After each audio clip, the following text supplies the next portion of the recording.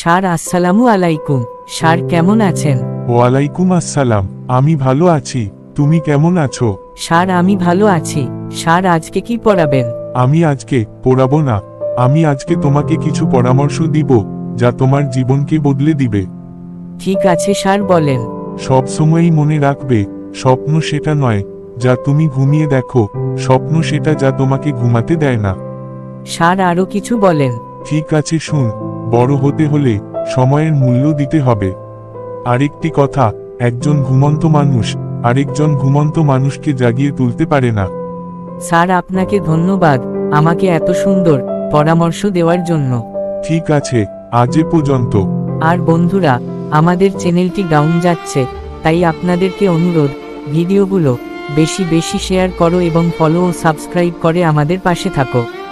আর বন্ধুরা, তোমাদের কোন ধরনের ভিডিও পছন্দ তা আমাদেরকে কমেন্টে জানাও।